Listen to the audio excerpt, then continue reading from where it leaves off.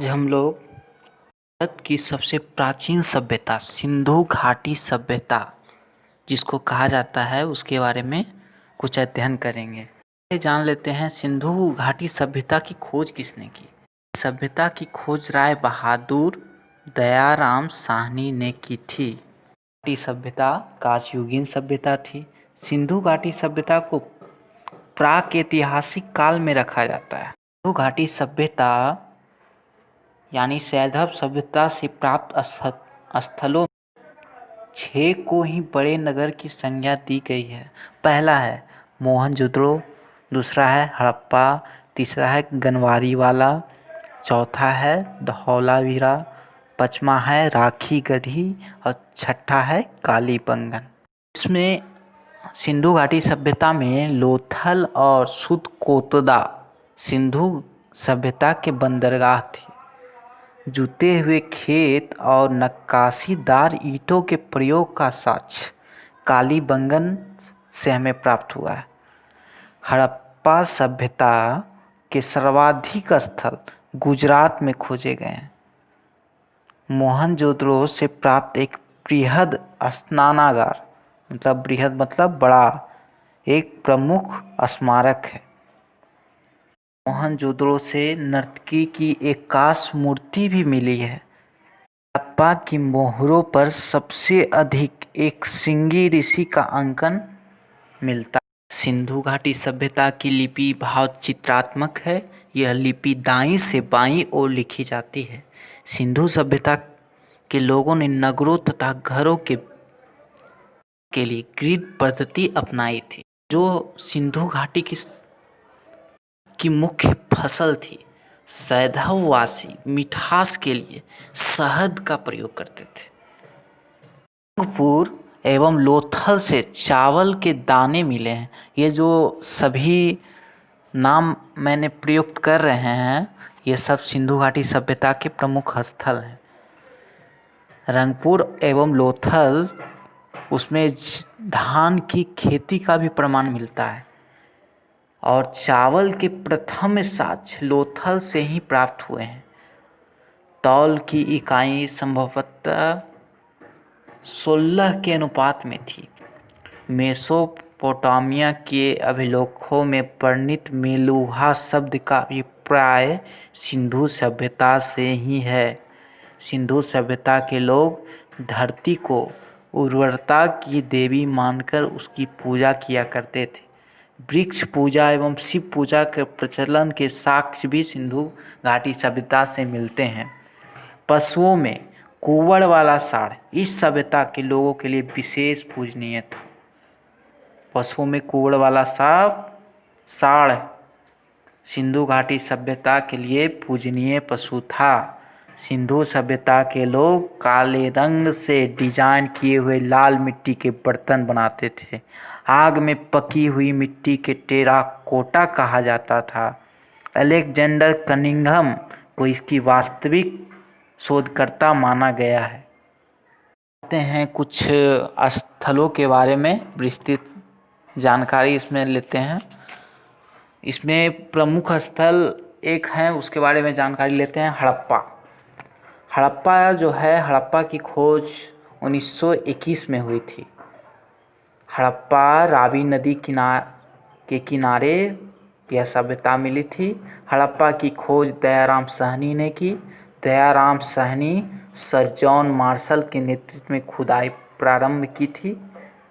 वर्तमान में हड़प्पा पाकिस्तान का मोंटगोमरी जिला में स्थित है।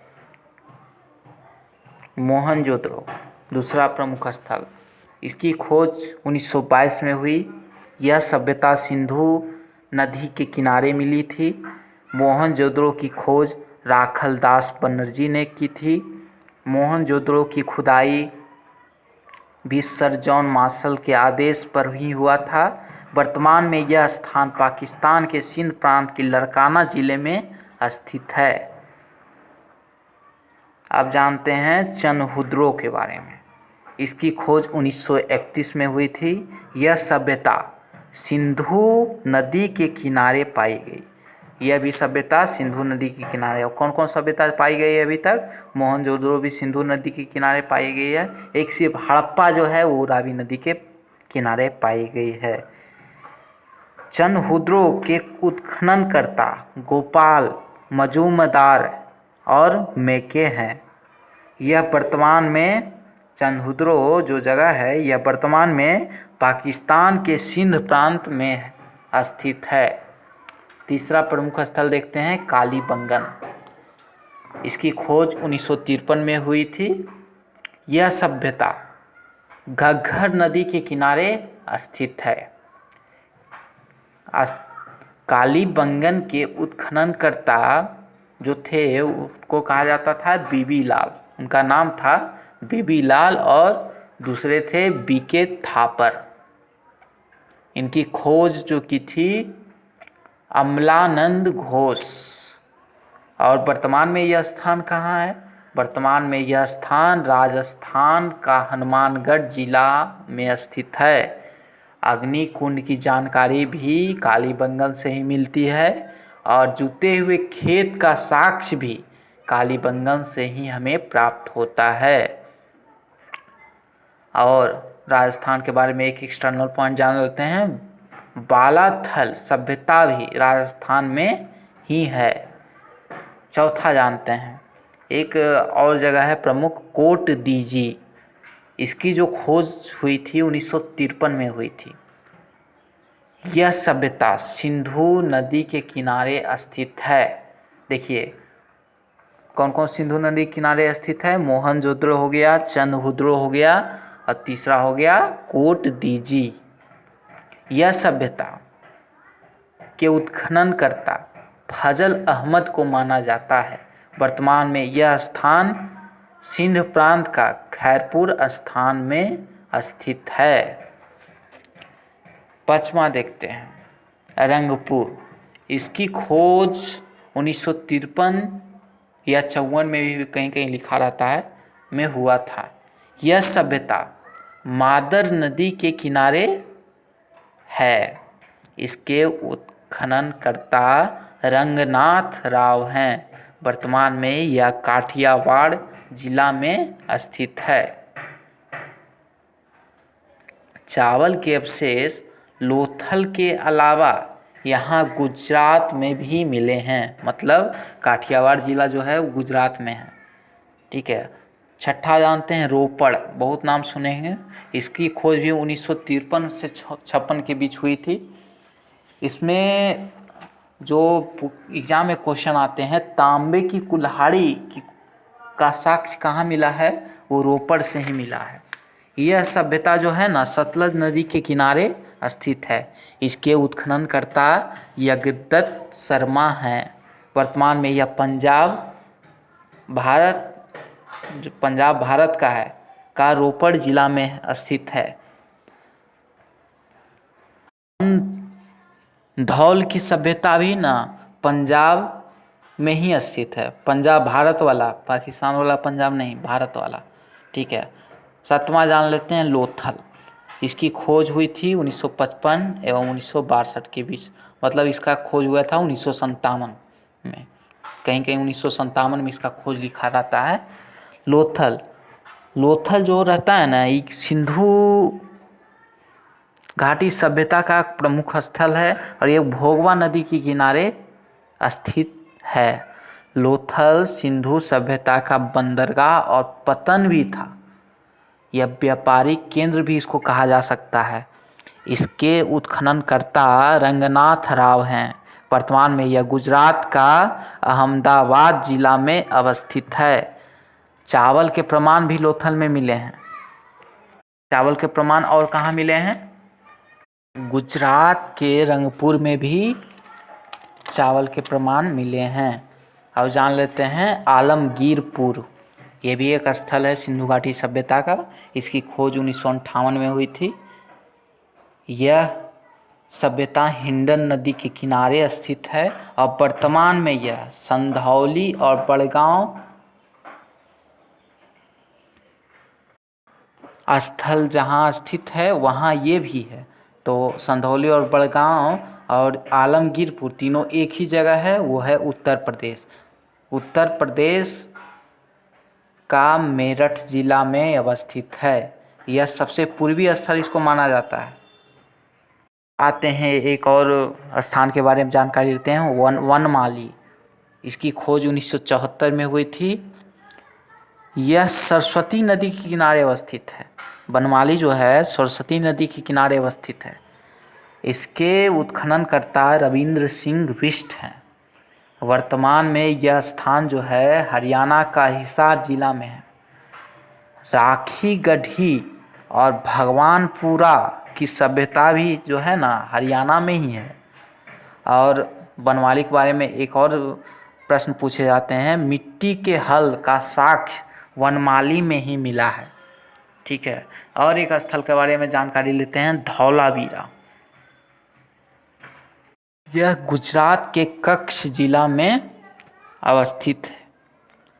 यहाँ से व्यवस्थित नालियाँ, मतलब लकड़ी की नालियाँ का प्रमाण जो है ना धौलावीरा से मिला है। सिंधु घाटी जो सभ्यता है ना वो आदि ऐतिहासिक सभ्यता में के काल में आता है। अच्छा, आदि ऐतिहासिक सभ्यता का काल हम किसको कहेंगे, तो इसके बारे में देखते हैं।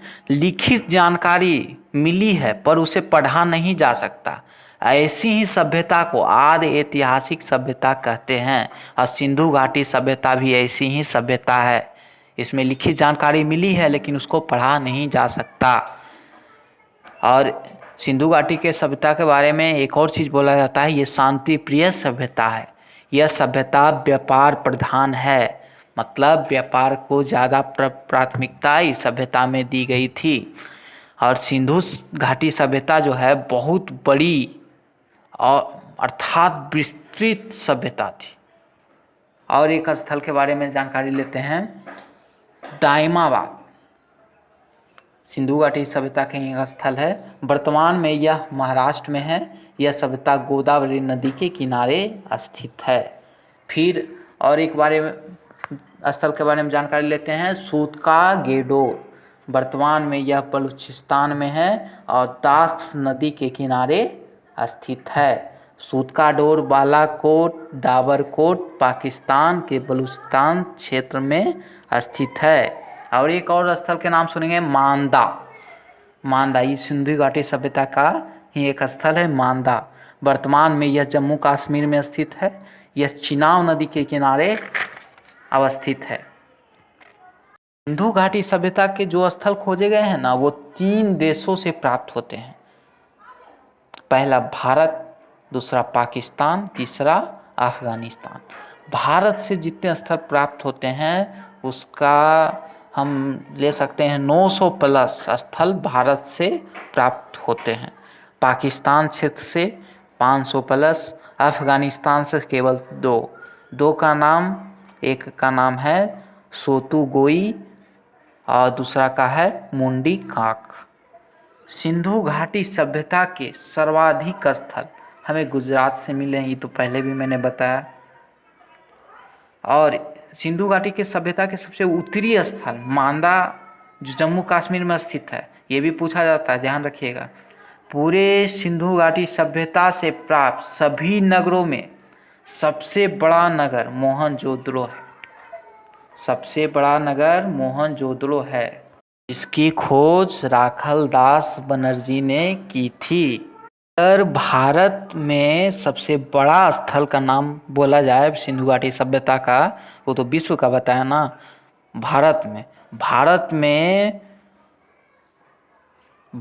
में प्राप्त सिंधु घाटी सभ्यता के नगरों में सबसे बड़ा नगर राखी गढ़ी है जो कि हरियाणा में स्थित है। घोड़े के अवशेष जो है ना सिंधु घाटी सभ्यता के सूतकोटदा जो गुजरात में है वहीं सिर्फ मिले हैं। घोड़े के अवशेष, मतलब ये अवशेष मिले हैं तो ये भी माना जा सकता है कि घोड़ा उस समय था, में लोग जानते थे। सिंधु घाटी सभ्यता में नगर नियोजन की जो सभ्यता थी ना प्राचीन सभ्यताओं से बहुत बेहतर थी। सिंधु घाटी सभ्यता में ग्रिड पद्धति से घर बने हुए थे। शहरों का विभाजन 2 भागों में था, पूर्वी नगर पश्चिमी नगर। पूर्वी नगर की ऊंचाई कम होने के कारण इसे निचला नगर कहा जाता था। पश्चिमी नगर की ऊंचाई अधिक होने के कारण दुर्ग कहलाते थे या ऊपरी नगर भी कहा जाता था। पश्चिमी नगर में अधिकांशतः अमीर लोग रहते थे। जहाँ ऊंचाई अधिक रहती थी वहाँ अमीर लोग रहते थे, अर्थात इसके बने हुए भवन विकसित और सुव्यवस्थित होते थे। अमीर होगा तो व्यवस्थित होवे करेगा। धौलावीरा जो गुजरात में है। सिंधु घाटी सभ्यता 3 भागों में बटा हुआ है। घोड़े का हड्डी का प्रमाण कोटदा जो गुजरात में है, गुजरात के कच्छ में अवस्थित है, कच्छ जिला में सुटकोटड़ा वहाँ मिला है। मान लेते हैं हड़प्पा स्थल से जो साक्ष्य मिले हैं उसके बारे में। उससे साक्ष्य मिले हैं अन्न भंडार, दूसरा मिला है कांस्य दर्पण, तीसरा मिला है R37। इसका R37 क्या है? मुर्दों की गाड़ने की प्रथा हड़प्पा में मिली है। चौथा श्रमिक आवास, पचमा कब्रिस्तान, और भी बहुत सारे हैं। ये जो प्रमुख थे वो मैंने बता दिए। मोहनजोदड़ो में मिले प्रमुख साक्ष्य, मोहनजोदड़ो में जो मिला है उसके बारे में जानकारी लेते हैं। विशाल स्नानागार, दूसरा काशी मूर्ति, तीसरा पुरोहित की मृत्यु, तीसरा महाविद्यालय, फिर सिंगड़ी पशु की मुद्राएं, पचमा मूर्तों के जलाने की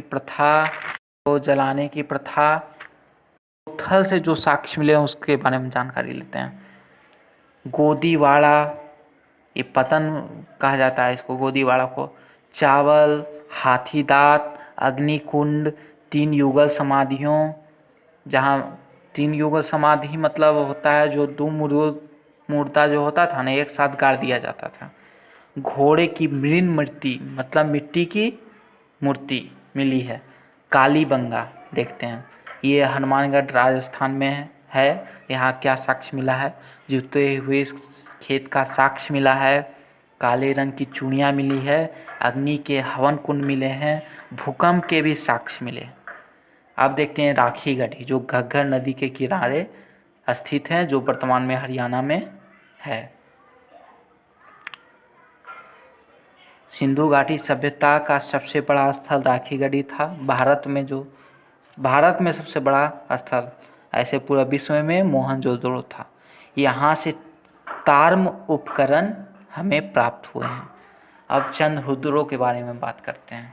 ये पाकिस्तान के सिंध प्रांत में अवस्थित है। मनके बनाने का कारखाना, कंघा, लिपस्टिक, काजल, पाउडर आदि यहाँ बनते थे। अब देखते हैं सिंधु घाटी सभ्यता का पतन कैसे हुआ। यहाँ बहुत सारे विद्वानों ने अनेक अनेक राय दिए हैं। चलो उनमें जो प्रमुख हैं उनको हम देखते हैं।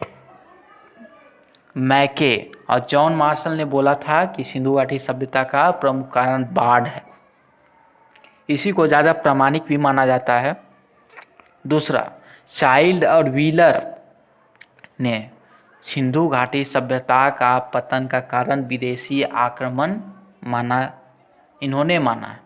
और एक और है फेयर सर्विस, ये पारिस्थितिकी असंतुलन इन्होंने माना है। तो इनका ज़्यादा प्रामाणिक नहीं है, हमको याद रखना है। मैके, जॉन मार्शल जो बोले हैं बाढ़ इसका पतन का कारण है, यही प्रामाणिक ज़्यादा माना जाता है। ठीक है, धन्यवाद वीडियो देखने के लिए।